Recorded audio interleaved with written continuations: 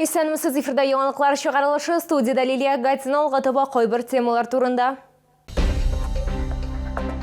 48-20 йортында яшәүчеләр яңа елны үз фатирларында каршы алачак. Чаллыда җимерелгән фатирларны ремонтлап хуҗаларына тапшырдылар. Кама балалар медицина үзәге пациентларда бүләкләрсез һәм бәйрәм кәефеннән башка калмаячак. Балалар шифаханәсенә Кыш бабай һәм кар кызы килде. Яңа ел алдыннан тагын бер шәһәрдәшебезнең хыялы чынга ашты. Чаллы кызы теләкләр чишысы проектында катнашты. 48-20 йортында яшәүчеләр яңа елны үз фатирларында каршы алачак. Исегезгә төшерәм, 25 октябрьдә әлеге йортта газ шартлады. Фаҗига нәтиҗәсендә 2 кешенең гомере өзелде, 3 шәһәрдәше тән җәрәхәтләре алды. Калган кешеләр вакытлыча туганнарында тулай тора һәм кунакханәләрдә яшәп торырга мәҗбүр булды. Йортны 2 ай төзекләндерделәр. Ниһаять бүген җимерелгән фатирларны ремонтлап хуҗаларына тапшырдылар. 48-20 йортында ремонт эшләре 2 ай дәвамында бер туктаусыз барды. Йортның өске каты бөтенләй танымаслык җимерек хәлдә иде. Шуңа күрә төзүчеләргә яңа планировка ясарга туры килде. Фатирларның эшендә ремонтны исә хуҗалары теләкләрен исәптә тотып ясадылар. Инженер шелтәрләре, тәрәзә һәм ишекләр бөтенесендә яңадан ясарга туры килде. Были задействованы средства резервного фонда городского, из городского бюджета задействовались деньги для восстановления. В основном трудности были связаны с погодными условиями, потому что были минусовые температуры постоянно, что накладывало там определенные неудобства на производство работ.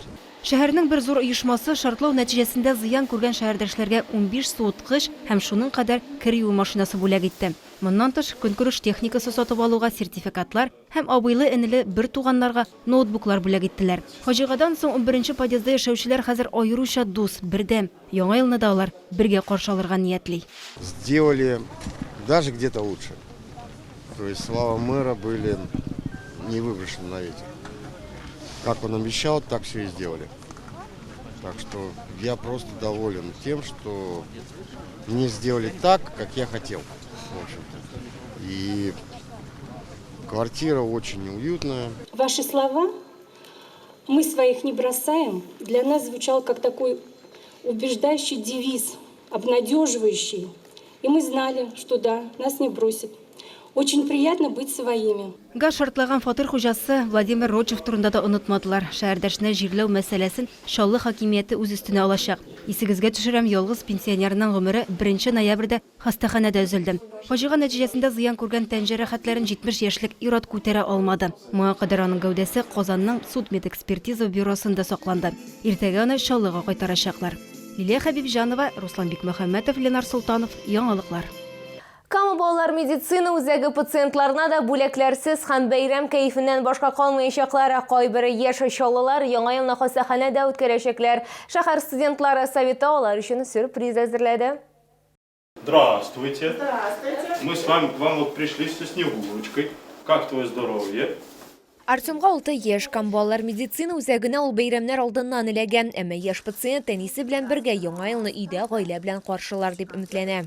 Очень приятно, что приходят, детей радуют. Я уж говорю, что утренник пропустили, так получилось, да. А здесь вот такая радость, приятная неожиданность, да, здорово.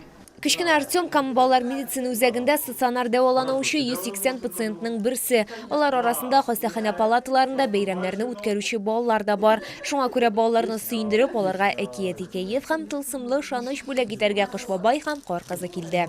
Хотели бы в первую очередь выразить слова благодарности за помощь, за поддержку в общем деле во благо наших любимых детишек, наших дорогих детишек. И они, как организаторы, обеспечили вот на сегодняшний день 241 комплект подарков, презентов для наших очень важных пациентов. Яңа ел тылсымчылары студентлары нәкъ алар инициативасы белән ел саен үткәрелә торган яңа ел акциясе уза. Новый год – это сладкие подарки, это подарки для творчества. То есть общий набор составляет в себя конфеты, напиток – это сок. И, соответственно, ребята получат еще и набор для творчества. То есть у кого-то краски, альбомы, какие-то модельки, пазлы и так далее. Там подобное. Все, что собирали жители нашего города и студенчества Автограда. Студентлар оештырган бәйрәм балалар өчен мөгҗиза булды. Алар Кыш бабайга шигырьләр сөйләделәр, җырлар җырладылар, җавап итеп бүләкләр алдылар. Капюшон на голову, ведь на дворе нема, и по району заколдованному широко шагаю. С близкими на проводе своих не забывай, я живу, я творю, я смеюсь, я мечтаю. Шулай ук студентлар яушлы ауырлар хастаханасы пациентларын құтлыйлар. Қыш бабай һәм қар кызы муковисцидоз ауруы булган балалар янында кунакта булачак. Шулай ук бүләкләр Казан шәһәренең балалар республикасы клиник хастаханасы бүлекләренең берсенә җибәреләчәк. Лилия Гатина, Айдар Мусин, яңалыклар. Башка темаларга килгәндә, соңгы тәүлектә Татарстанда яшәүче 80 кешедә COVID-19 диагнозы расланды. Чаллыда узган тәүлектә коронавирусның тагын 18 яңа очрагы теркәлде. Шулай итеп, 29 декабрьгә Татарстан буенча коронавирус белән авыруның барлыгы 42537 очрагы билгеле. Аларның 36175 терелгән, 100 узган тәүлектә. Яңа ел алдыннан тагын бер шәһәрдәшебезнең хыялы чынга ашты һәм аның теләген Татарстан Дәүләт Советы депутаты Тахир Хәдиев тормышка ашырды. Чаллы кызы Аринаның Кыш бабайга язган хаты теләкләр чыршысы проекты кысаларында нәкъ аңа эләкте. Арина яңа елга кесә телефоны сораган депутат бүләкне тапшыру өчен Казаннан ук килде. Теманы хәбәрчебез Лилия Хәбибҗанова дәвам итә. Здравствуйте. Здравствуйте, здравствуйте. Это Арина, да? Да. Арина. А мама где? Это вам. С Новым годом. Арина, это вам. От Дед Мороза. Ерак араны якын итеп Дәүләт Советы депутаты Тахир Хәдиев Казаннан ук килде. Яңа ел алдыннан Кыш бабайга хат язган баланы шәхсән үземнең котлыйсым килде ди ул. Ярдәм иткән сайын ул күңелеңдә ниндидер яктылык туа. Кешегә ничектер менә яхшы эш ясан, ә без кешеләргә яхшылык эшләгәндә, әгәр дә алар шатланалар икән, аңа шатлана алабыз.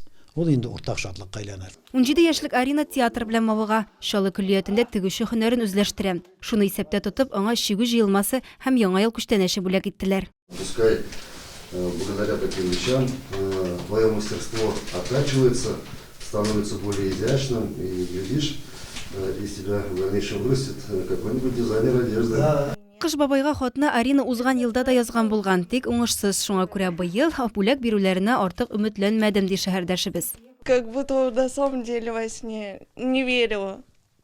Ну, а потом раз, и тут такое.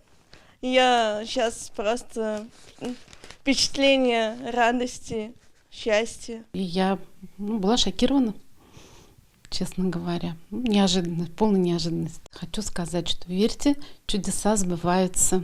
Теләкләр чыршысы балалар хыялларын тормышка ашыруын дәвам итә. Күп кенә хат авторлары яңа ел бүләкләрен инде алырга өлгерде.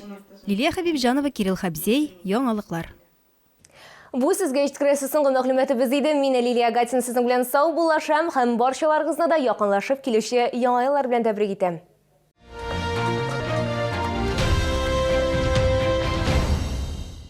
7 января. Концертный зал мэрии. Татьяна Буланова.